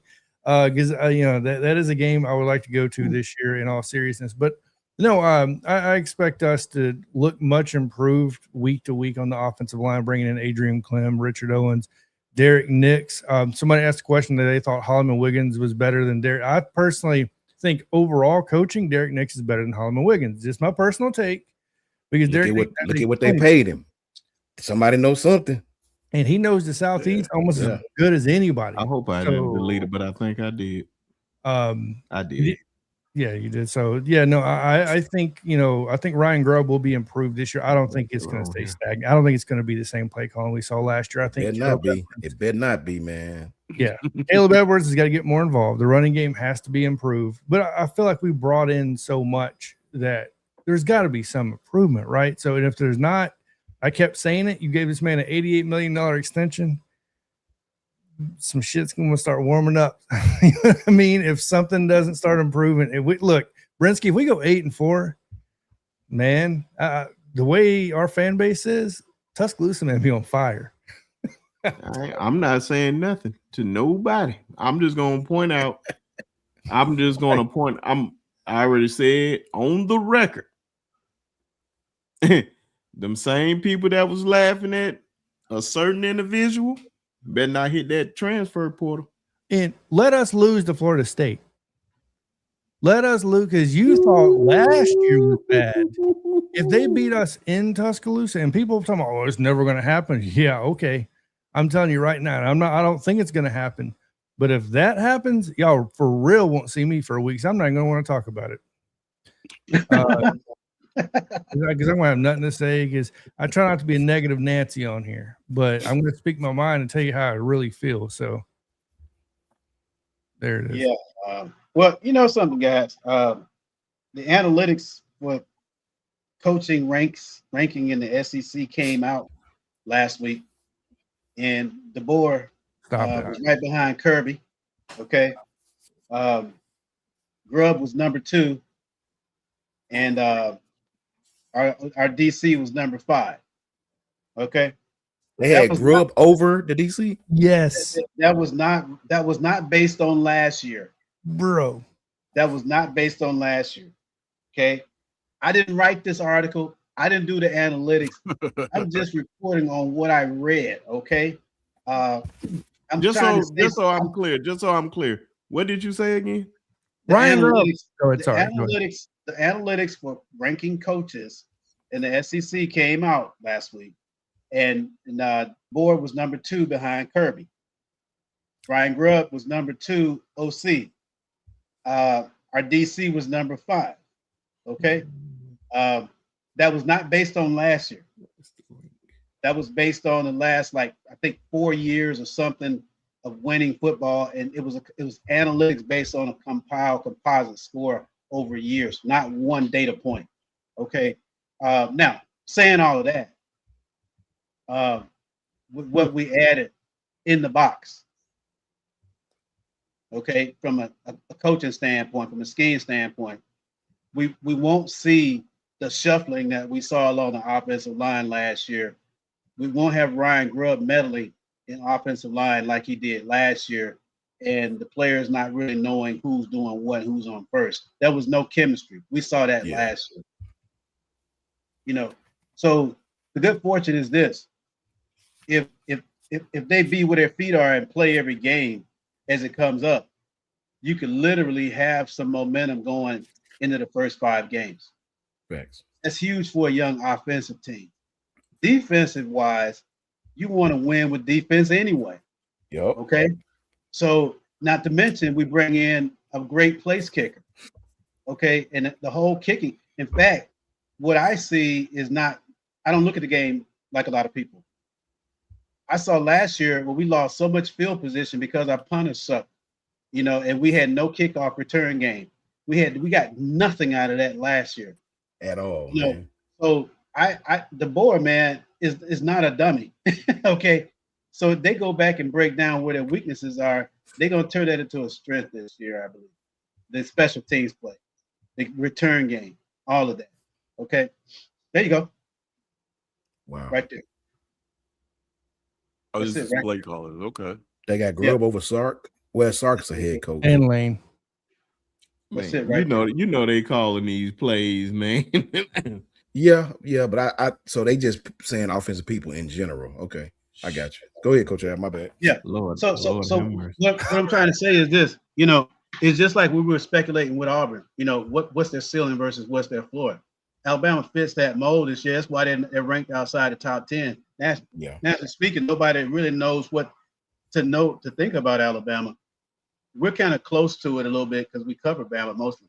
And the personnel, the roster, way all sides. They do a great job with evaluating the roster and things like that, So shout out to them boys. Yeah, man. He does a great job over there, man. So when you look at that, I think the defense is going to carry us early. And then the offense, I think, usually comes along slower anyway. Yep. But Bama got so many weapons, man. If they can distribute the ball and get some running game, I don't care who they play.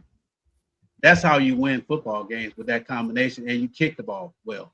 So I think the whole projection of 9-3 is good for me. A solid 9-3. If all things go well, injuries don't bug us too bad, don't plague us too bad.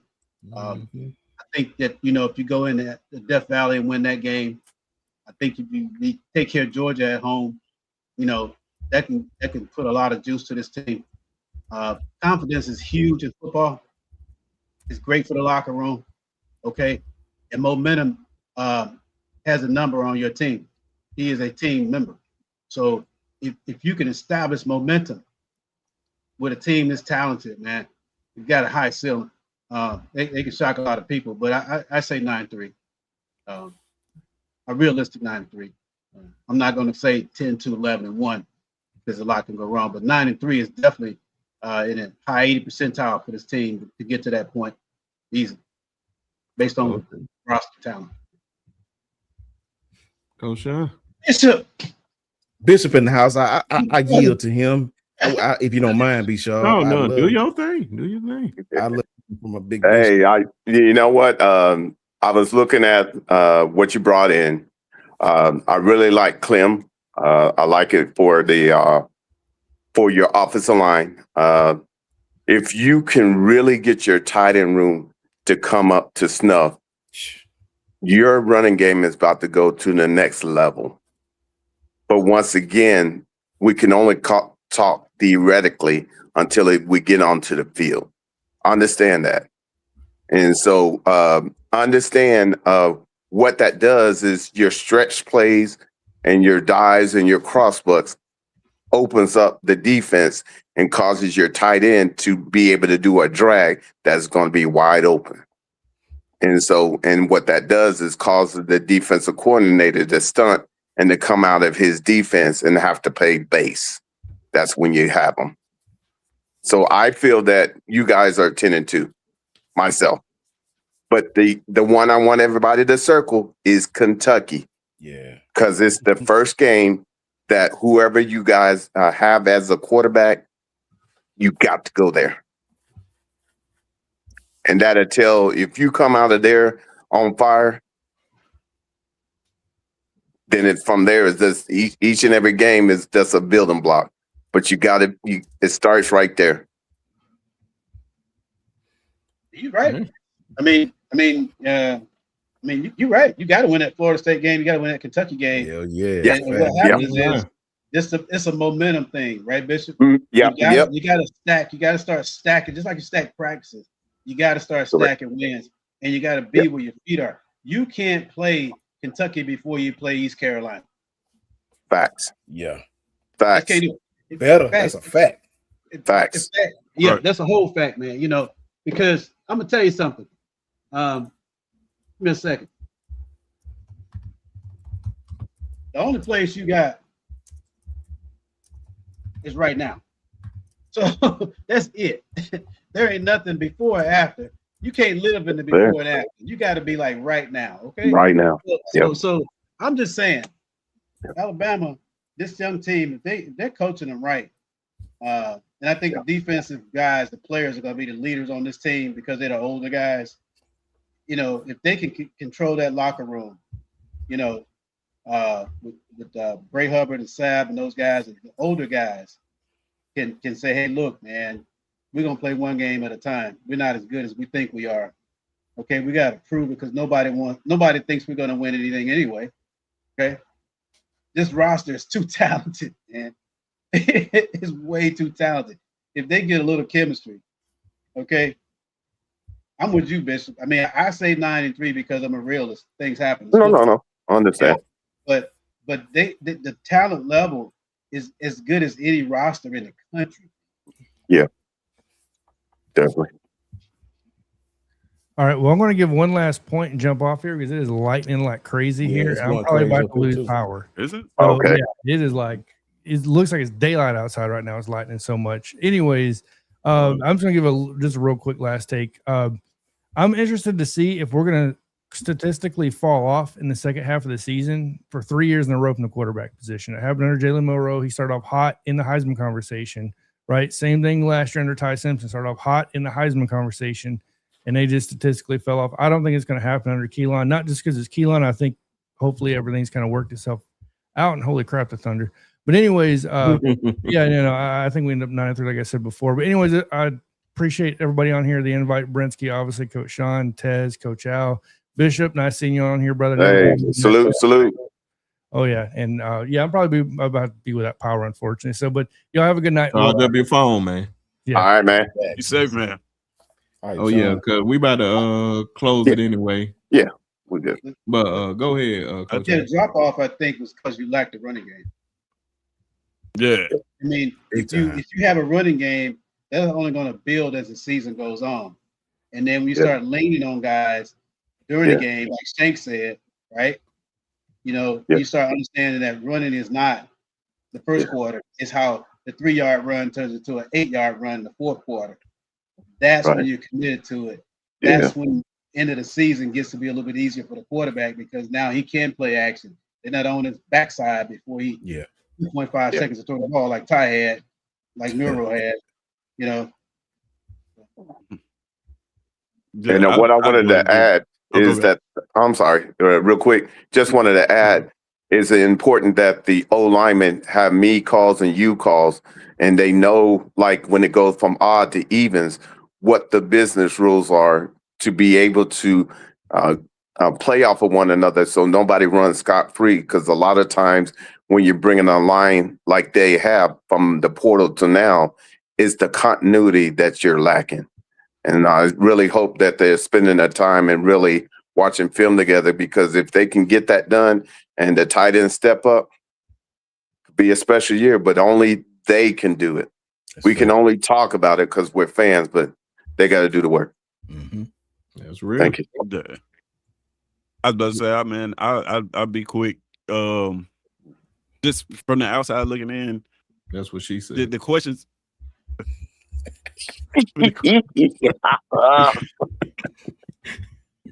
Tell me something good.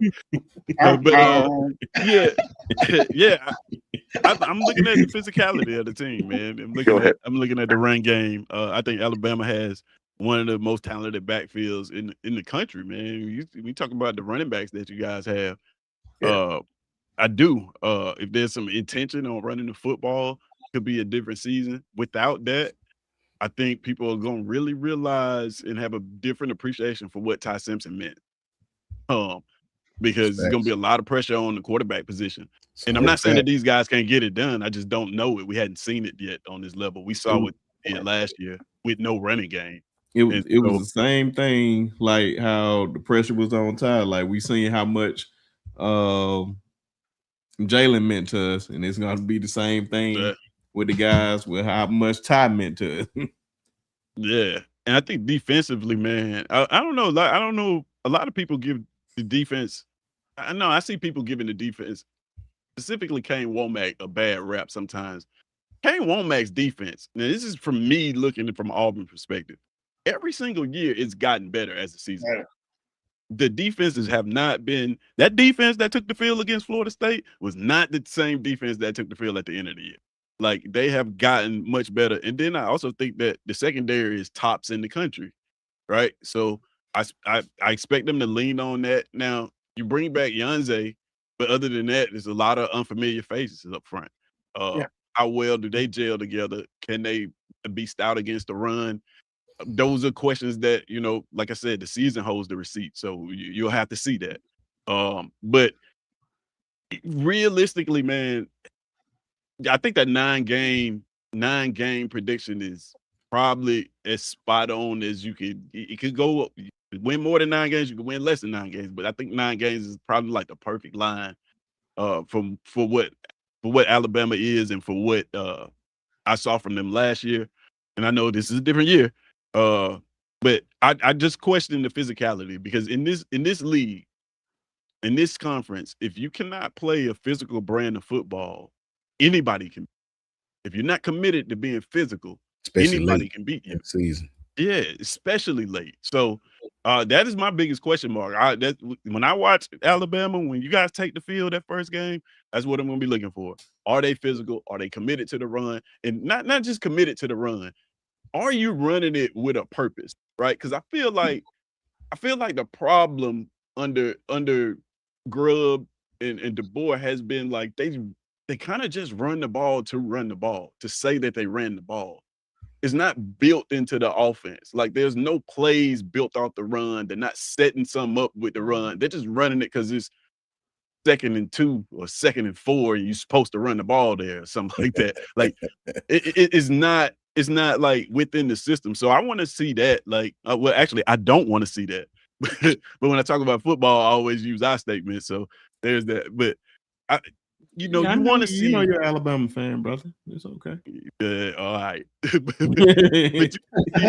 you want to see the run. You want to see all phases of your offense complement all phases of your offense, right? That's a good offense, right? When you line up and the defense genuinely don't know, even with down the distance, don't know what you're finna do. Don't know, and when they think they know what you're gonna do, you're either running the football or you play action and off the run. You're making it a lot easier for your quarterback. You're not asking anybody on the offense to be heroes because I feel like I had to put on the cape last year. And I don't know. I know a lot of people high on Keelan Russell and Austin Mack. I get that. But I don't know if you want any quarterback to have to put on the cape for you to win games. Right? Yeah, I just don't. So that's what I'm looking to see. How physical of a football team they are on the offensive end, and how does that front seven come together on defense? The rest of it, I think, is fine. I'm gonna close this out because I'm trying to keep it under 2 hours. Let me get mine right quick before you do. Oh, go ahead, please. I'll be quick. The positives for me, man. Well, the positives is I think our offensive line fit more what Kalen DeBoer want to do. There's a lot of agile kids on there that can move. Mm-hmm. I've always liked Michael Carter at guard better than tackle. I'm excited probably more for Latsier Brooks than anybody on that offense. Latsier gonna be. Yep. Latsier Brooks is special, bro, and he ain't. He, that boy don't tremble. If he can stay healthy. I think Grubb can't get no worse on 3rd down. With all these running backs they bringing in, he gotta know now that the proof is in the pudding. You got to at least run the football. We got all these guys, these different running backs, and so I'm positive that you're going to at least make the running game a a point of emphasis, and you got an older defense. These guys been disrespected quite a bit. You know, I gotta understand. I gotta be positive that Grubb has gotta understand that you're smart enough to know in the SEC, your quick game is everything, especially with the talent you got on that offense, man. We didn't have, may have been Coach Al who referenced that last year. Like we just didn't have one. It seemed. So I gotta be positive that you gotta know that, man. Now the negatives is me being an offensive guy, man.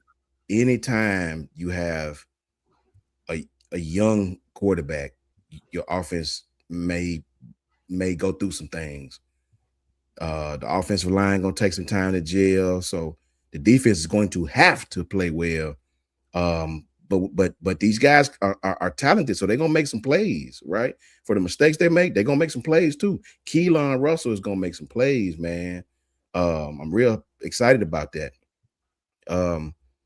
That running game we had last year was the worst I've seen in my lifetime of being a Bama fan. I've never seen one that bad. So I don't believe it's gonna get no worse. I just don't believe it. You know, and for me, the biggest thing for me, man, is just coaching staff. I wanna believe that Ryan Grubb, I know what kind of coaches these are. These are not 27 carry a game guys. They're just not them kind of people. But I want to believe the third year in the SEC, DeBoer understands that, especially after what happened with us, the way it did in the Indiana game. You know, I don't mind losing, man, if a team is better than you, but to lose like that in that manner, that stick with a football team. Football is not like basketball, to where if they got one player that's just dog better, they got a potential chance to beat you no matter who you got. Football, when you get beat like that, brother, it stick with you. Coach Al, you know, when you get whipped like that, bro, that does something to you in the weight room. It does something to you. It does something to you for a team to come in, Bishop, you know, the team to come in and just beat you. And I think Alabama's got some pride to where, and the coaches too. You know, I don't know much about the Adrian Clem guy. I've done some research on him. I just don't know. I don't even know. I've seen what he done with Najee. And you know, but I don't know. It's just so much question marks. I don't know. I really don't know, man. All I can say really quickly is it can't get no worse on third down, bro. Third down is my down.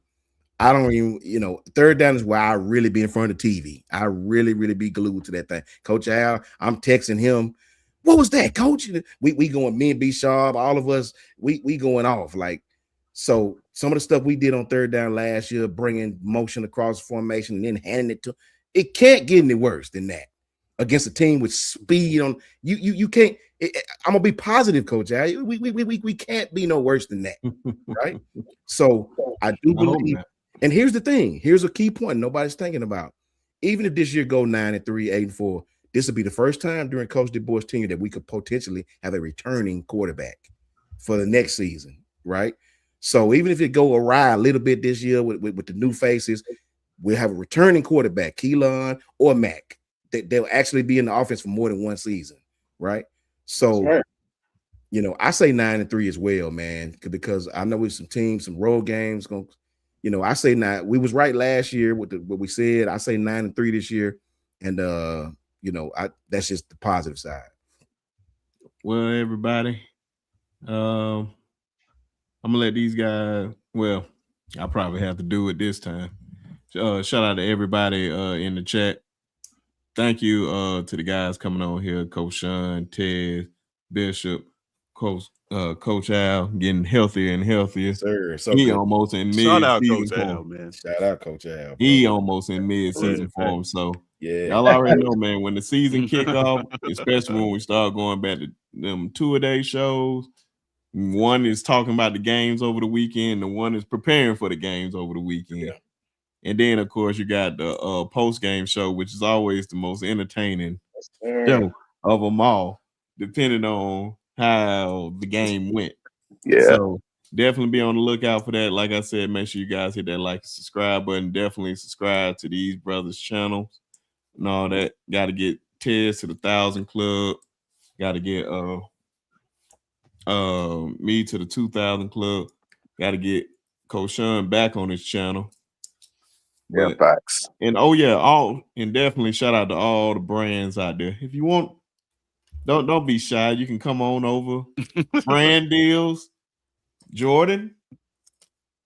Mm-hmm. And all the brands, come on over, man. Don't be shy, Facts. man. Definitely take a nice brand deal, especially a nice Jordan deal.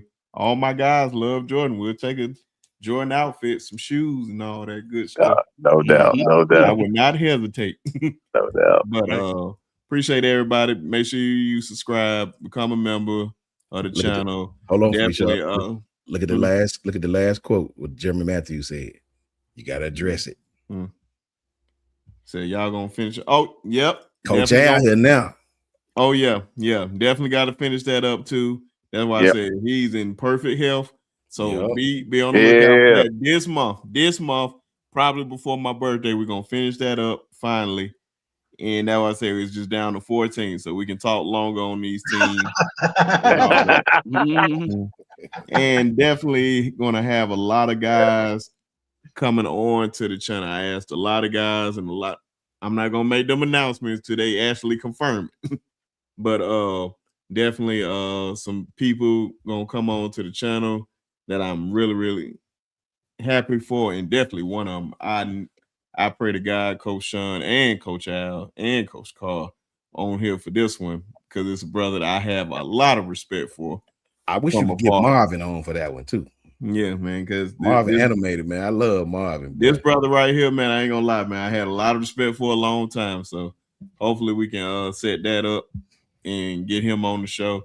So Patriot Life. Yeah, man. And anybody else that want to join, shout out to all the people that be watching the channel and be hating on the channel and hating on the guys. But hey, like I said, we don't give a fuck. With all due respect. No, I take that back. With all disrespect. I don't care.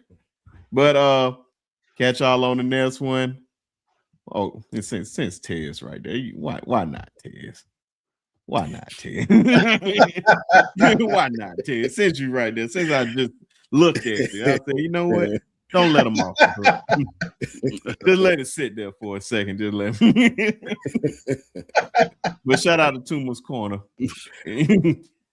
But catch y'all on the next one and roll damn tide.